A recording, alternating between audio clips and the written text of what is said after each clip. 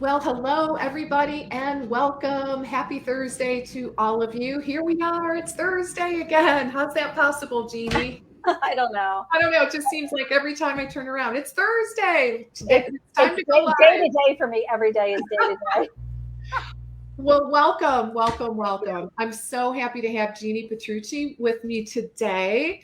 Love, love, love your energy. And of course, really am excited about the content that we're going to be talking about today. It is a topic that is very near and dear to my heart, and that is how to create nutrition content that helps you scale, helps you to actually grow your business, which is, let's be honest, that's what it's all about, right? Yeah. So very important. So, that is our topic today. We're going to be talking about how to do this, how to create content. P.S. Not writing dissertations, okay? I think Jeannie knows exactly what I'm talking about there, right? Yeah. No footnotes required, and no like research and references. We're going to really try to break it down so it's super easy and most importantly, super readable and compelling for your target audience. Because the idea is we want to attract the right people into our audience, right?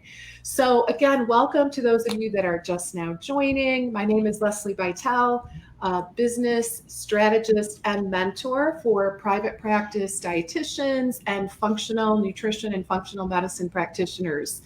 So, guys, this is a topic that is really quite relevant for all of you, every single person. Specifically, let me just kind of give you a quick breakdown on some of the bullet points, right? Being deliberate about the kind of content that you create, that supports your business growth, right? And really following a framework that allows you to approach content creation with a sense of confidence and certainty, and creating an emotional connection, which is so important. Guys, we always talk about, what compels someone to actually make a decision. Um, any kind of decision, really, it is about emotion, actually 100% of the time. So, we're going to be talking about the importance of creating an emotional connection with your ideal client that cultivates trust, and actually how video connects to this, why video is so important. So, I want to welcome my guest today, Jeannie. And Jeannie is from Living Plate RX. So, welcome, Jeannie. So happy to have you here with me today. Thank you so much. It's always a pleasure to be with you. And I want to encourage all of you who are joining us today, or even if you are watching this as a replay, I want you to kind of experience this in kind of a meta sort of way, like the the conversation that Leslie and I are going to be having today with you. We have an idea of what we want. We're not here to sell, right? We are Right. here to deliver value, right? And to elicit an emotional response from you. So, for all of you here today, I want you to know what my objective is, because as you're watching this, if you're starting to feel that way, then Leslie and I are being successful. First of all, I want you to feel relief, and I want you to feel confident in the area of content creation, right? So that's my goal today. But in taking you through this experience and this live kind of video interaction, right, you're going to have those feelings, and a certain percentage of you are going to feel compelled to reach out to either Leslie or I to say, how can you help me on a deeper level? So the reason I bring that up is because I really want you to think about how you're feeling as we're having this conversation. Mm. For me, Leslie, whenever I like sign up for free webinars all the time, because I just, there's always something to learn from other Yeah. people. But those webinars that really move me are the ones where, like, at the end, not only do I want to buy that person's product and work with them, but I'm like, that's how I want my ideal client to feel, right? Mm. So if you are going through this experience today and this conversation, and at the end you're like, oh, I really want my ideal client to feel this way or that, whatever emotion you want them to feel, then doing live video is the way to go. And you can either do it alone or you can do it with a partner like we're doing today. So again, just Yeah. wanted to, Yeah, no, it's great. my first tip for the day right out of the box. So yeah, can we start talking? Yeah, let's jump in. Yeah, I love that. So, step one, tune into how you feel, Yeah. right? And I think that's actually a really, really great tip. What do they say? People don't like, they always remember how you make them feel, right? Oh, that's it, right. Yeah, there's a saying around content. They don't remember a handout, an ebook. They remember how you made them feel, right? Yeah, exactly. So one thing that I wanted to start with, could we talk, just define evidence-based nutrition content? Let's do it. What is evidence-based content?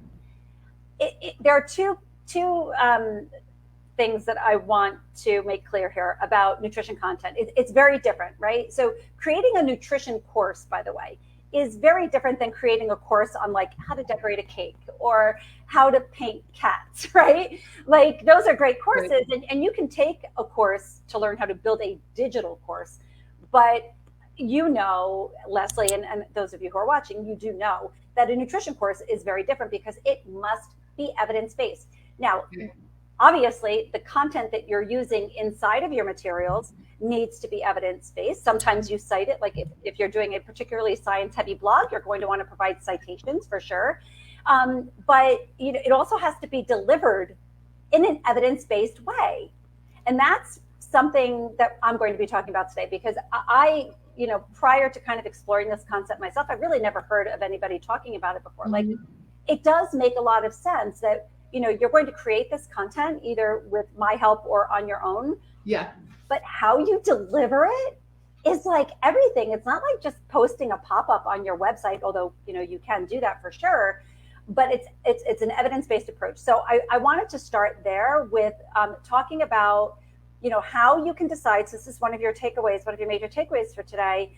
Like, how do you decide what content to create and where to deliver it, how to deliver it, all of those questions, right? And the first thing you need to think about is the stages of change health behavior model, right?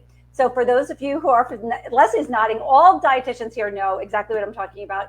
And even if you're not, you've probably been exposed to it before. Oh, hold on, I forgot to silence my phone. Kids will be calling if I don't, hold on, there we go. So the behavior stages of change, we're talking about pre-contemplation, contemplation, motivation, action, and maintenance, right? So every single person that you are touching is going to fall into, you know, somewhere on the spectrum. It's not, you know, it's more, it's dynamic. It's not really linear, and they don't fall into buckets. But, you know, somebody who's like pre-contemplation, they're not even thinking about working with you, right? So it just doesn't matter what kind of content you put in front of them. It's probably not going to totally resonate with them. But if they're, you know, from pre-contemplation moving into contemplation, like, I'm thinking about this behavior, changing my behavior, and oh, look at this reel from Leslie, or this reel from Jeannie, or this reel from you, like that, catching people who are just starting to think about change with like a quick video or a social media post, right? People, you need to catch them where they are. They're not going to come to you, right? You need to, and that's why social media can be really important. Does that make sense, Leslie? It totally makes sense to me. Yeah. And I love the review on, you know, on that spectrum, right? Super important. Yeah. So again, between like pre-contemplation and contemplation, people like just thinking about it, you want to get them with that soundbite, that reel, something entertaining, something high value content, but delivered kind of where they are social media. So if they're scrolling on Facebook or Instagram, my audience is a mix of both Instagram and Facebook, but maybe yours is different, right? So if somebody is like not even thinking about behavior change, or maybe they're just starting to think about it, and you send them an email, right? They're probably not even going to open it. So that's a perfect example of like your content hitting somebody at the wrong time, right? So, you know, emails, things like emails and newsletters and blog posts typically are people who are already crossing over into motivation. Like, I'm like really beyond thinking about, you know, changing my behavior. I'm like pretty much ready. So I'm going to Google, you know, nutritionists who specialize in whatever, you know, topic that is of interest to me, right? And that up comes your blog, up comes your website. So you can see just in these two specific examples about somebody who's not totally thinking about it and somebody who's already thinking about it, how the content will land differently depending on what it is and where you're delivering it, right? Somebody who is like motivated and ready for action, that is like get your course in front of that person, right? So if I'm starting a private practice and I look up, business coaches for private practice dietitians, Leslie is going to appear, right? And I'm ready. Like, I'm totally ready. Right. You're you're actually looking for that service. Exactly. So that is the person who is the candidate to introduce your course, right? Or maybe have a free webinar. And this can be done at a business level or a consumer level. It doesn't matter. It applies to both, like my business, I'm business to business, or if you are business to consumer. It's all the same, right? There is no way, and this is the biggest mistake I see health and wellness professionals making. There is no way. I don't care if your course is like the best course ever, right? And the courses that my community members are building are like mind-blowing, like beautiful, interactive, incorporating all things that we're going to talk about. But there's no way you're going to sell that course to somebody who isn't motivated. It's not going to work, right? So you need to do a little bit of work to kind of warm up the audience. So, and Leslie, I know you talk about this kind of in your profit pyramid, right? Like, bring people in, warm them up. So that top of the funnel, like, you're bringing in all kinds of people. Now, some people are going to come into your funnel totally motivated and they're going to move right to the course, right? But other people are like, oh, I don't know. They want to dip their toe. Yeah, I don't know you. I don't like you yet. I don't trust you like that. No, like that. There's a little more work to be done. Right. And so, paying attention to all of the different kinds of content that you need to create at different spaces in the pyramid that Leslie, illustrates so effectively is really important. And understand, there's no way you're going to sell your course to somebody who's not motivated, right? It's not going to be like, it's not going to work, especially with nutrition related health behavior, right? Because it's freaking hard, right? Changing and we all of us at one point or another have tried either successfully or unsuccessfully to change our nutrition related health behavior. Right. It's how life is, right? And it's hard. And so our jobs are hard. And how do you motivate that person, like in your process? So motivating somebody is done by delivering value, really, right? So that actually brings us to our first principle, which is that people, you're not going to make money off content. You're going to make money and grow your practice by delivering value, right? Mm-hmm. So if somebody is thinking about it and maybe they're quasi-motivated or just need a little bit more motivation, like, they have to trust you first. They have to know you. That, again, that know, like, trust factor is so important. And so they need to know you. And one of the best ways to get to know you is to be on video, right? So perfect example of this, by the way. And it was a story. It wasn't even a video. It had some movement in it. But I posted a story yesterday about my chickpea mash on my avocado toast and why it was important, right? So I'm not just posting what I'm eating during the day. Like, that's nonsense. Like, my audience wants to know, why is Jeannie eating this? I'm eating it because it's a protein-rich version of, like, one of my favorite breakfasts, which is avocado toast. Mm-hmm. It was hilarious. I had so many people in my DMs, like, what are these people DMing me about and sending me messages about? I was like, can I have that recipe? Because that, and these were, like, a few of them were older clients of mine who now see other dietitians in our practice. But, like, that's the perfect example of being like, that's relevant content, right? I need to increase my protein at breakfast, and this looks delicious, right? So, in terms of getting people motivated to take action, because that's what we're all about, people. If you're just going to be a cheerleader without an end game in sight, like, forget it. Like, you have to know that all of the work that you're doing is to change someone's behavior. Right.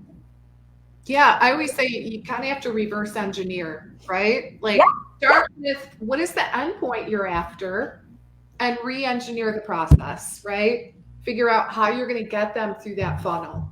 Exactly. Like, what is the outcome that you want? And really, so that's all about strategy. So Leslie, I often get questions from our community members about, business strategy. I am not a business coach. I'm an expert content creator. Yeah. Leslie is a business coach, right? Yeah. So, having the two of us speaking today is relevant in that you need a strategy. You need to know not like what you do need to know the outcome that your consumer, your ideal customer wants, but you also need to know what am I trying to do here with this content, right? If you're just generating content and posting it willy-nilly, you're not, there's no strategy to it, right? You have to have a strategy, and everybody's strategy is going to be different based on kind of their practice philosophy and who they're trying to reach, right? So, Exactly. so Leslie, did I answer your question then about like, what type of content motivates people?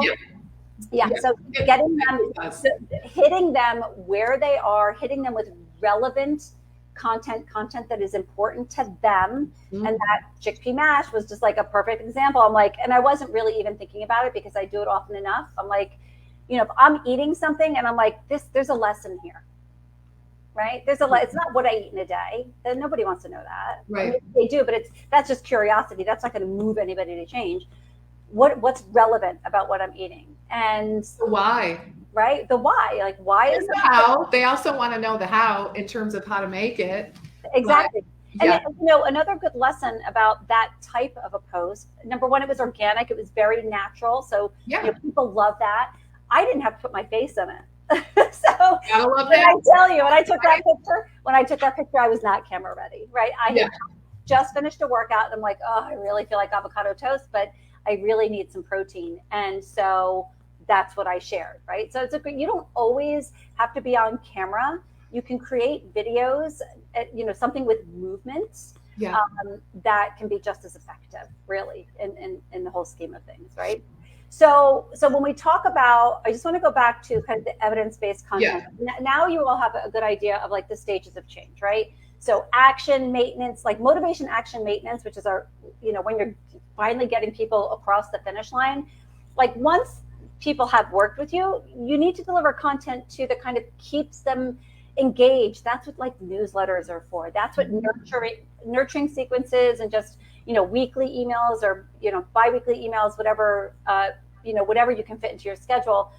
That piece of content creation is really more about consistency and just, again, continue to deliver value, but you don't really have to work as hard because they already know, like, and trust you, right? It's a little bit harder getting people to that point, right? So like they said, and I'm sure, Leslie, you tell your clients, it's a lot easier to upsell or sell somebody who's already worked with you than to try and sell a cold customer. Oh, absolutely. It's that first step that's often the most challenging. That first purchase is often the most challenging. Right. So, when we're talking about, so now you guys understand how the stages of change can play into what kind of content you're going to create. So think about, what is your goal? I want to get new customers, or I want to, make a new offer to current customers. Like, think about that first. But then also think of the type of content that you're going to be creating. And this is like high level type. This is not like ebook, handout, social media posts. Like, you need to do all of those. Yes, sorry, but that all needs to happen. But it can be easy. But also, your content has to fall into 3 pillars in order to be evidence-based. Yeah, what are those pillars? And let me just say, this is not my opinion. This is evidence-based, right? I'm sharing this with you because this was my aha moment when I was getting my master's degree, and I realized, oh my gosh, like, no wonder why people can't change their behavior. They have no kitchen confidence. Like, we're telling people what they need to eat, and we're not supporting them across the finish line. So there are 3 pillars. I actually have a Venn diagram that I created, but there are 3 pillars to encouraging nutrition-related health behavior change. The first one is coaching and counseling, right? So that working with you, the practitioner, either one-on-one, or in a group setting, right? You need to connect people.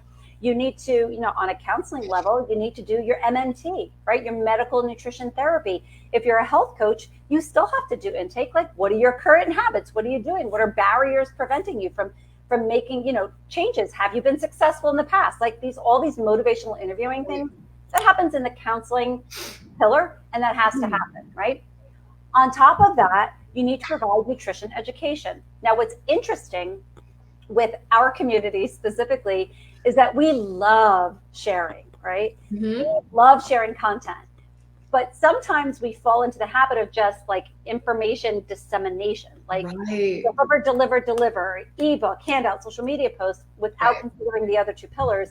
And I promise you, that alone is not going to scale your practice. Information dissemination mode overwhelms people, and it tends to repel them versus to attract them, right? Right. So while nutrition education is important, and while we desperately want to share everything that we know, right? Like every dietitian and health coach I have ever met. We're educators. We're advocates. We want to like climb to the highest mountaintop and just scream out all of our knowledge because we know it can help people. So what's wrong with that? There's nothing wrong with that, but that alone is not going to help you scale your business. That alone will repel people. Yes. Just constantly showing all of our education. Plus, it's not sustainable. Like if you're just like creating content, like just pushing content, like that's miserable. Like you don't want to do that, right? So you need to have the counseling and the MNT where you're really connecting personally with your ideal client. And then the nutrition education piece where you have evidence-based materials that is, being delivered again against the kind of stages of change model.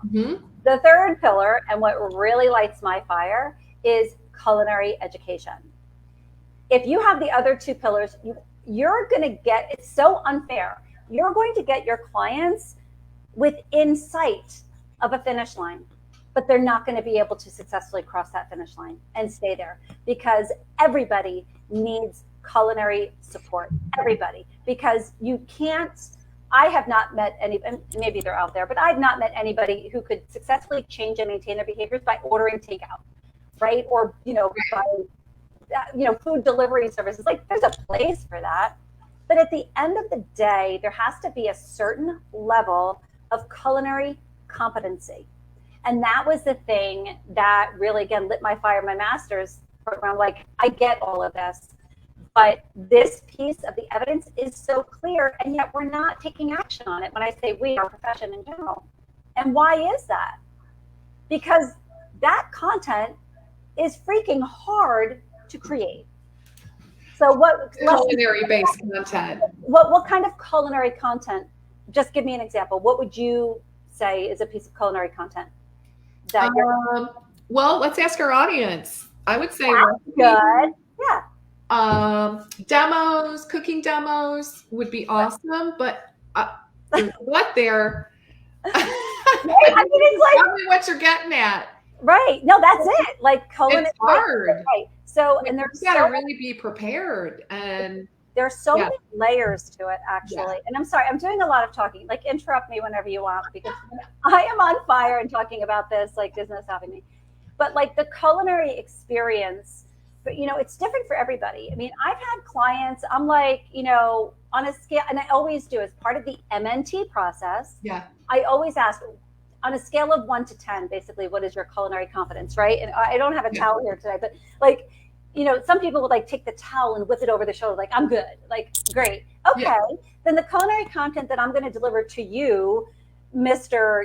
Top Chef 8 to 10 on the culinary confidence scale, I'm going to give you recipes that are relevant to the condition that you came to me for help, right? So, so that person would be good just with like meal plans and recipes and things like that. Versus someone who's like, ooh, like on a scale of 1 to 10, I don't know, like a 2 or a 3. Wow. I'm not going to give that person a meal plan. Right. Like, okay. So you know what I mean? Like, so what would happen, Leslie, if somebody had a culinary confidence of a 3? Yeah. And I gave them a 5-day anti-inflammatory meal plan, what's going to happen?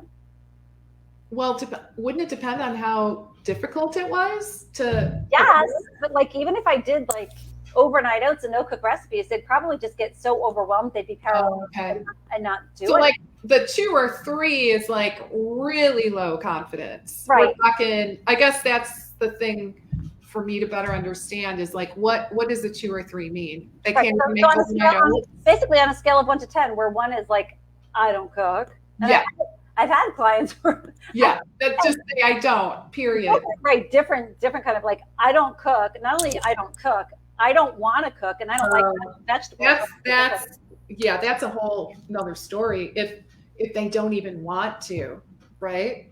well, but they want to change, but they don't want to cook, right? So that's a different kind of a client. Right. But like so in order for your clients to have success, you first need to assess where they are, and then you need to deliver the education and the culinary content that's relevant to them. So somebody who's like a 2 or a 3, Leslie, I'll send them a cooking video, like a 3-minute cooking video on no cook recipes, like overnight oats, salads, and things like that.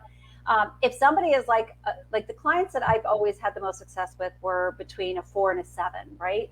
And they're motivated, like, oh, I've got some skill, not a lot, but I've got 3 kids, and and I work 2 jobs. I mean, like, that's why delivering culinary experience alone is not going to change somebody's behavior, because you need that MNT piece of it, right? So is this all making sense to raise your hand in comments if this is making sense? Let's see. Looks like we got a couple comments here. Hey, Hillary, how are you? Welcome. Health coaches need to understand the client goals for sure. And there's so much culinary content to be created, recipes, swaps, how-tos, plus the education. Exactly. It's not easy, is it, Hillary? Well, for Hillary it is, because I hope it's okay to say this. Hillary, I'm not. Jeannie's not paying me to say that. I just know her content, and I know how helpful it can be. So I think it is a great segue. Well, Hillary's a member of our community, so yes, it's hard, but it's a lot less harder for Hillary because she has access to all of this great content, right?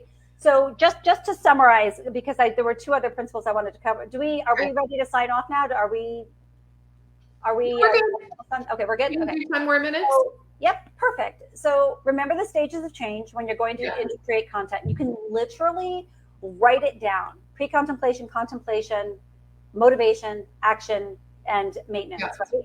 Think about what is the content you're going to create, and well, if you don't want to generate, like, let's say your goal for the next 3 months is just to cultivate more business from existing clients. Forget about content, like your clients are already motivated, so you can focus on content that kind of hits that, right? And then think about what types of content you're going to create and how you kind of like the breadth of content you need to offer. And that is MNT, counseling, coaching, could be one-on-one, could be a course, nutrition education. What are the materials that you're actually providing to them? And then the culinary experience and the guidance, right? Right. That is evidence-based nutrition content creation, right? And making it happen is just really just starting somewhere, like just starting where you're comfortable. If you have access to our library like Hillary does, it's really easy because you're like, oh, I think I want to do social media this week or whatever. That done for you content can be really, really helpful. So the principle number 2, so the principle number 1 I wanted to mention, and we've covered a lot about that, is that content doesn't sell, value does. So everything that we've talked about is creating valuable evidence-based content for your audience. The second principle is that emotion attracts. So the more of you put into your content, the better. So when I created my library, I was super clear that my members needed to be able to edit the content and they needed to put their brand on it. So Leslie, I know you go to like trade shows and expositions and conferences, right? There are plenty of brands on the floor willing to give you their, very shiny, glitzy, pretty handout on, let's say, the protein content of yogurt. I'm just for an example, right? But you cannot, and it has somebody else's brand on it. Yeah, that's not good. That's not good, right? That's just not good for your brand, you don't want to do that, right? Yeah, I was like, that's great, but no thanks. Even I had a coupon attached to it. I really didn't want to put brands in front of my clients because it wasn't authentic for me, right? I wanted my brand. And so eliciting emotion is about being consistent with your brand. And that's everything from colors to your logo to your image. Like, get you into your content. Right. Because if you don't, you're simply not going to be able to scale. People need to know when they work with you what to expect. And it comes down to kind of, the colors and the branding. Well, that's all really important. That's why we spend so much money on our websites, right?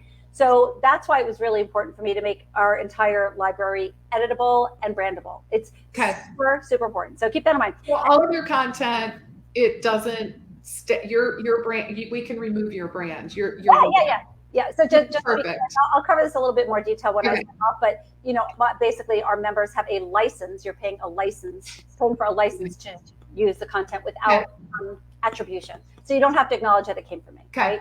I don't do anything direct to consumer. I am B2B to C. I am business to business to health and wellness professionals who then deliver the content to the consumer. So the content that I create is consumer facing, but I don't deliver it.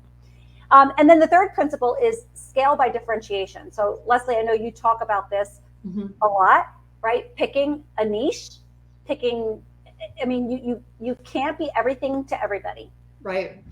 And it is a little scary when you decide, okay, I'm going to focus. It's kind of counterintuitive, right? That's the thing that I find. And why is that? Why does it scare people? Oh, it's counterintuitive because you think if you cast a smaller net, you're going to get fewer fish, right? Like, so, but really the opposite is true. Yes, there's plenty of fish out there for all of us. So, so, you will scale and you will grow by differentiating yourself. So doing something, and we have thousands of people using our library, right? It's one of the questions I get is like, if we're all using the same content, how can we work? Because we're all using the same evidence, right? I'm just creating content based on all of the evidence. So if I write a blog post on how to best manage blood sugars, and Leslie writes a blog post on how to best manage blood sugars, guess what? They're basically going to say the same thing. Right. That's why putting your own spin on it, right? I have seen our community members do so many great things. Actually, just this morning, a dietitian who specializes in PCOS. Yeah. She took our handout on 10 tips for, I think it was weight maintenance, just basically healthy living. And she totally spun it into PCOS and all the content. Amazing. Yeah, it was great, right? So you scale by differentiation. So that was the third. So first principle, content doesn't sell, value does. Second, emotion attracts. And then the third one is you scale by differentiation. We have a question from Gina. Yeah. Hey, Gina, how are you? Okay, so Gina, your experience as a chef. So first of all, I'm not a chef. I am a self-taught culinary instructor. I know chefs get really sensitive about that. Like if you have operated in a commercial kitchen, you're a chef. I have not done that. Okay, so in your experience as a chef, how do you or can you motivate somebody who just doesn't want to cook but can do it? Oh, Gina, this is such a great question, and it is at the core of kind of like who we are, right? Like we want to serve and we want to help people so much, but part of behavior change is acknowledging where people are and letting them drive their behavior change versus saying, you could be the cheerleader, Gina. You could say, I know you can do it. Just try making overnight oats, right? I think motivational interviewing, Gina, will help you answer that question. Because if somebody says to me, I don't want to cook, I don't like cooking, my question is, tell me about that. Tell me why you don't like cooking, right? So if somebody just like really hates being in the kitchen, nothing I do, nothing I say, no cooking video I provide is going to help them. What that does is it makes them feel less heard. It puts a wall of resistance. Right. So it really does. And people want to think it's their own idea, right? Exactly. They don't want to be told. No one wants to be told what to do. So Gina, you bought the book on motivational interviewing. Great. I wonder if it was Molly Kellogg's, because Molly Kellogg is just brilliant in the area of motivational interviewing for nutrition professionals. So, rolling with resistance is really important. So, okay, it sounds like you don't like being in the kitchen. There are times when most of us don't like being in the kitchen, but sometimes you uncover a barrier that's not really about not liking cooking. So I think sometimes, and this is what I saw with a lot of clients, people don't like cooking because it's just become such a burden. I've got 3 kids. One has allergies. One doesn't like cheese. Oh, the short order cook thing. One's vegan, right? So it wasn't that my client didn't like cooking, that they want to cook because especially parents know that fresh whole foods are best for the kids, but there's these barriers, right? So your job, Gina, and our job is to be barrier busters. In order to bust down barriers, we have to discover them. And the best way to discover barriers is motivational interviewing and asking questions, right? Asking good questions. Okay, so Kimberly, somebody was having a problem with the video. I think it's still good. So, so just, understand that the content you deliver needs to be evidence-based, it needs to be deliberate, and it needs to be specialized to your ideal client, or you're not going to be able to grow your practice properly. Right. So all of those things, you just need a solid foundation of content creation strategy. Does that make sense, everybody? Yeah. All right. We have another question. Let's see here. Hey, Kathy. What was the number one pillar? That content doesn't sell, value does. Okay, that's great. So don't be afraid. And this is for everybody, not just Kathy. Don't be afraid to deliver something. And this is also something I see community members doing a lot. Don't be afraid to deliver something that seems like, oh my gosh, like I shouldn't be giving this away for free. Oh God, that could be a topic in of itself for you. Right? I shouldn't be giving this ebook away. I should be selling it. Right. For me, that means that you've got content that's loaded with value. Oh, I shouldn't be offering this free webinar because it's just so loaded with value. Yeah. That's why people are going to show up. That's why people are going to the book or the tip sheet or the handout. Yeah. Yeah, you don't want to be that person that does a webinar and you're not dropping any value bombs. Like that is the worst. And people, you got to think, how will that make your client feel or your audience feel? Like you just stole 30 minutes of their time and gave no value. That is not a good thing, right? So let's reflect on what we just did here, because that is exactly what we've done. I had a clear vision of what I wanted to talk about today. So don't do a webinar unless you're prepared, right? And then deliver real value. So we talked about those three principles, those three pillars, but we've also given you some hard takeaways, the stages of change, where you create your content, what kinds of content fit in different pillars, right? Those are real takeaways. Oh, this is great. Yay, Gina. It really is a great combo, I gotta say, Jeannie. You know what? Like I said earlier, you can't be everything to everybody. Yeah. I am an expert nutrition content creator. Yeah. Leslie is an expert business coach. The two together really do go. It really is a great combo. Thanks for that, Gina. Yeah, best of both worlds, right? Yeah, I think so. So how should I let people know how they can reach out? Yeah, let's do that, guys. As we start to wrap up, I've asked Jeannie just to share how you all can find out more if you're interested in learning a little bit more about Jeannie's content. Before you do that, I do want to just mention briefly just a little success story. Okay, Jeannie? Yeah, I love it. You and I talked a little bit about this before we clicked the go live button. Yeah. And guys, I just want to share. So I actually had a client who used some of Jeannie's material, right? And specifically, it was really cool. It was a lead magnet on, I think it was like a Trader Joe's grocery list. Yeah. No, it was an ebook on ebook. How to make meals from from Trader Joe's ingredients, right? Yeah. And this particular client was a huge fan of Trader Joe's, and she was just trying to figure out something that would really resonate for her audience and something that would attract the kind of people that she really wanted to work with, right? So we took that piece of content, that ebook, created a landing page, right? So that we could use it as a lead magnet. She created a post, like a really nice, warm, fuzzy post. Actually, it was a mom's group, a local mom's group, which was beautiful because she was one of them, right? So she was like, hey, moms, I'm a mom too in the area, really connected very powerfully with this group. People are really struggling, blah, blah, blah. I just thought I would share this just to help make your lives a little easier, right? And, please DM me if you want to learn more or want more info. Guys, she grew her list by 70 people, like immediately, like right away. I swear it was like within an hour.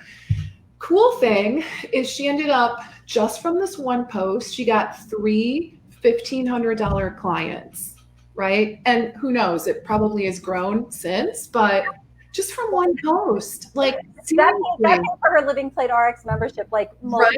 Yeah. So that's so this stuff really does work. And And I just want to say, creating content is hard. Okay. It just is. So, with that being said, how do we learn more, Jeannie? But it doesn't have to be. It It doesn't have to be doesn't that have to hard. be. Like you definitely have to make a commitment to creating the content, but it doesn't Yeah. have to be that hard. So my library, so my membership, I have a membership. It's called Living Plate RX Prime, and our members get access to two things essentially: a proprietary meal planning system. When I say proprietary, Okay. I built it from scratch with a tech team here in New Jersey. And then also a consumer-facing library of evidence-based nutrition education content. So blog posts, social media posts, handouts, ebooks, full digital courses. Super exciting, Wesley. I don't even know if you know this yet, but I'll send you an email on it. But we just created, in partnership with Jackie Topol and Christy Del Coro, the dietitians at the Culinary Nutrition Collaborative, a culinary education program. Amazing. 12 lessons long. It's basically like 12 courses in one that our members have access to use with their clients, right? So, Gina, if you have somebody who's like struggling in the kitchen, that's going to be something great that you're going to be able to offer to them. It's a white labeled course. So, yeah, so our membership is a license that people pay for annually to get access to all of this content. And so basically, you just create the strategy with Leslie, and then you decide what content, and then you just go to the library and you go into the library, you edit the content, and then you download it and upload it to whatever platform you want. So, hopefully after watching this conversation and knowing now how I can support you, you feel relief and you feel confident with content creation, right? The confidence is going to come from knowing that there is an evidence-based framework behind this. Right. And the relief knowing you don't have to do it alone, right? You have a community behind you. And so, making the commitment to become a member could be the first step. I love that. Okay, that's great. So guys, highly recommend, reach out to Jeannie. And Jeannie, do you want to type your email into the comments? Can I do that? Let me see. Is it Jeannie at Living Plate? J Petrucci. I don't think I can type comments. Okay. J Petrucci at livingplaterx.com. Also, you can just go to @livingplate on Instagram and drop me a message, or you can DM me. But you can kind of reach out to me wherever you can catch me. I'm everywhere, pretty much daily. But J Petrucci at livingplaterx.com. Okay, I think I got that right. Yeah, you did. Yeah, you got it. Yeah. Okay, awesome. Okay, guys. All right, thank you so much. Right? Time flies when you're having fun. So thanks, Jeannie. It's always a pleasure reconnecting with you. Let's do it again soon. Oh, we will. We will. Yeah. And everyone, I hope you have a wonderful rest of your day, an awesome weekend, and I'll look forward to seeing you next time. Same place next week. Bye for now, everyone. Bye. Take care. Thank you. Bye.